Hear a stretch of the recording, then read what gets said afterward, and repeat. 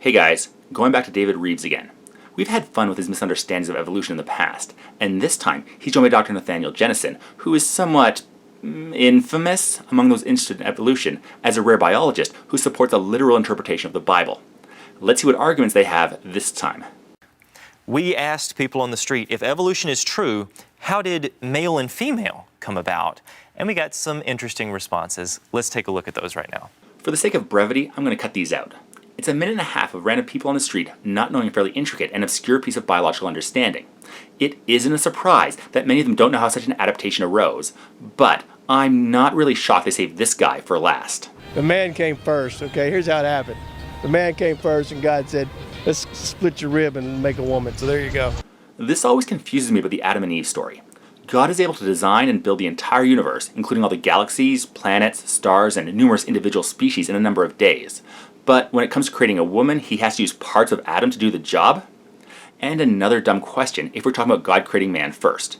He makes Adam, shows him around, explains the rules of the garden, then decides that a single man by himself is no good, so he makes a wife for him? I have to ask, did Adam have testicles when he was created? And if so, what were they for? I know the usual responses to that. God had his reasons, who are you to question, ineffable ways, blah blah blah. But it's almost as if the people writing this mythology wanted a reason why half the human species should be considered subservient to the other half. Nah, that couldn't be it.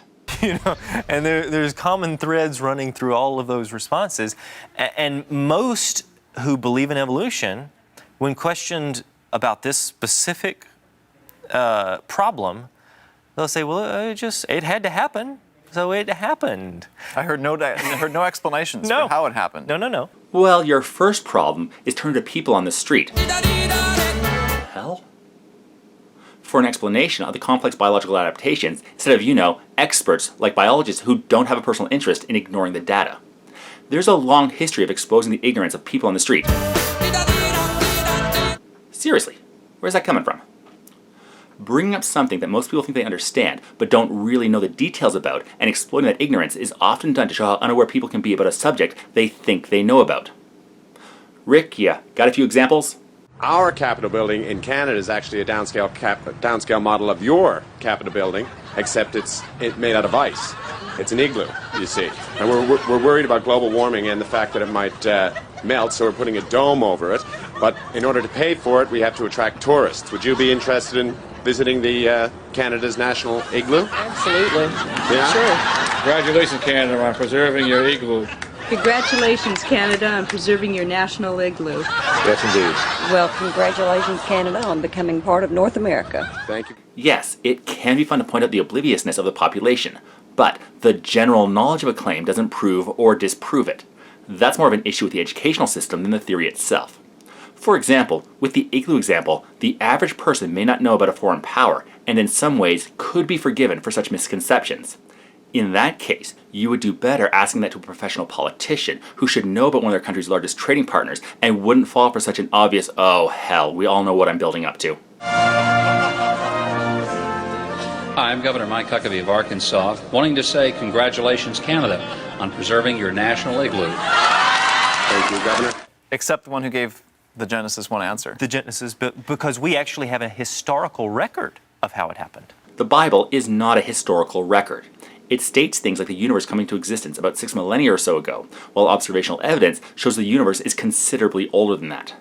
By measuring the cosmic background radiation, we are able to deduce the approximate age of the universe, which is around 13.8 billion years, which is only about 2 million times larger than your, finger quote, historical records show. Put down fingers. Really? I gotta go over these cue cards more before I start recording. And that to me is a great question. Student comes home from college, no mom and dad, no grandma and grandpa, evolution is the way it is. Well, how do you explain male and female?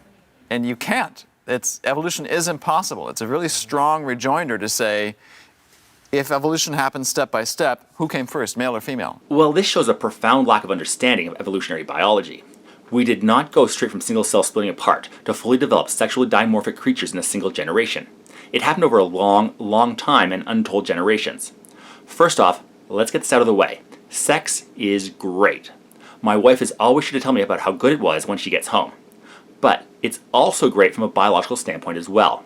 With asexual reproduction, a mutation can only travel in a straight line via its direct offspring. Creatures that produce sexually have the advantage that intergroup breeding means that a beneficial mutation will pass through the population much more rapidly. Now, getting to the divide between male and female. Evolutionary biologists don't say that we suddenly went from asexual to fully distinct male and female roles overnight. The first organisms that can be considered to have mated sexually are known as isogamous organisms. These are organisms that can breed together but are not distinct in a sexual sense. This began with a simple sharing of genetic information between simple organisms. As time moved on, different roles slowly began to develop in successive generations, with more specialized roles, but both with similar gametes. Then, those roles slowly developed differing gametes until we ended up with the male-female duality that we have now.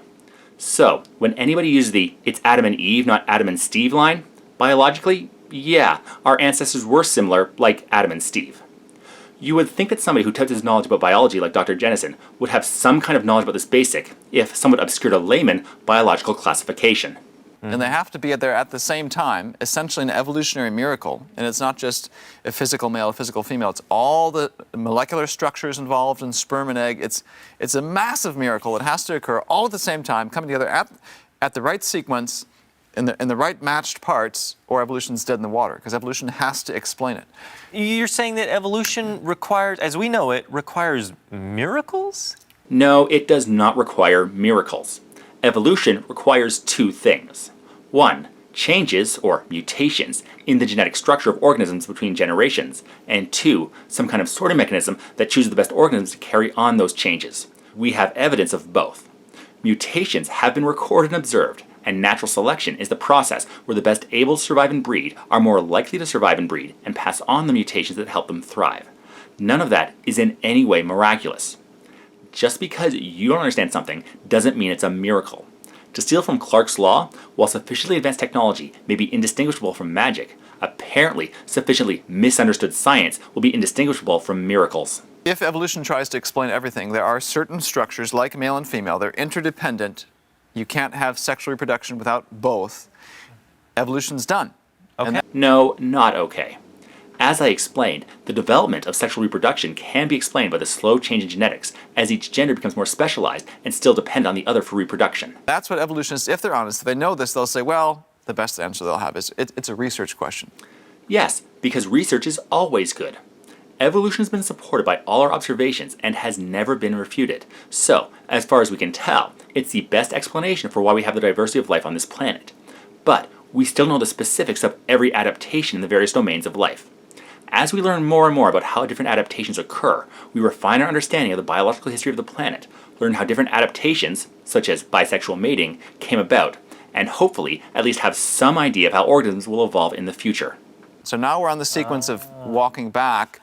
Grandma and Grandpa, Mom and Dad, you're wrong. Yes. Well, let me say, hold on. Evolution's impossible. How do you explain male and female? Well, I don't know. And this is now the sequence of events that'll be followed. Whatever they open with to say, here's why you're wrong, you can come back with, well, it's impossible. Or, to me, one of the best ways to engage people is not necessarily just to contradict, but to ask questions. And that makes them think, and I don't know, as the opening person on the street there illustrated. I agree with this. The Socratic method is a way to make people think.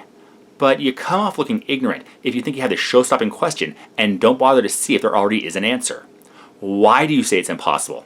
I've already gone over the accepted understanding of how isogamous organisms were the precursor to sexually dimorphic organisms, and I'm just a schmuck with a YouTube channel. I mentioned the third one already, but this reminds me of Clarke's first law, with a scientist saying something's impossible when the evidence that it is possible is easily found.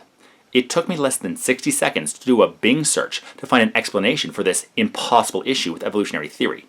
How did you, with your advanced degree, not know about it? The video I'm responding to is not that old, and knowledge of isogamous organisms have been around for a long time. Which is? Yeah, why not? I used to find a great deal on my Zune while searching on my Netscape browser. Yeah. Well, the next step they'll typically take then to prove their case, especially if it's a student with a strong sense of I'm right and my old fogey parents are wrong, is, well, there's just so much evidence for it. All the evidence supports evolution. We've just learned through the textbooks, all these scientists saying this is the evidence for evolution. Okay. And the problem with that is, so what can a parent or grandparent say in response to that? Well, one thing a parent or grandparent could say is, maybe you are right, how can we find out which is correct? Or, Can you explain the evidence you have to show that evolution is a thing? It could be the parents are wrong and that what this hypothetical student learned is correct. Listen and learn. Maybe this kid learned something you were wrong about and can teach you. Don't just assume the older generation knows everything, just like you shouldn't assume that the younger generation must be wrong. Find the evidence and see where it takes you.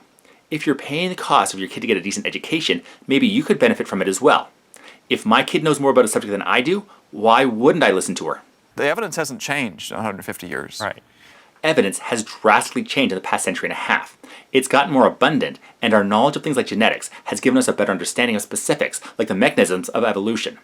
Modern science's knowledge of genetics has improved so dramatically that if Darwin himself was brought to our time, he would not recognize or even understand many of the changes to his theory that have occurred since the time he wrote Origin of the Species. And that is exactly what science is about, refining and getting a better understanding of the world around us. Theories will be modified, accepted, or even scrapped as new information is brought to light. What has changed is the responses to it. And what we've discovered over time is all the evidence for evolution fit creation equally well. No, because while there is evidence that organisms change over time, there is no evidence they are poofed into existence by an intelligent creator being. Creationism is a non-falsifiable claim because you can just slot "God did it" into any observations that contradict the claim.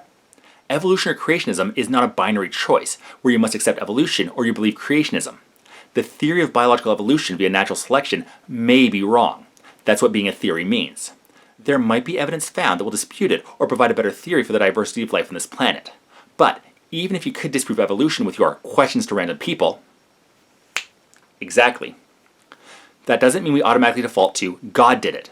You want people to follow your teachings? Bring evidence to the table, not just ask questions to random people on the street.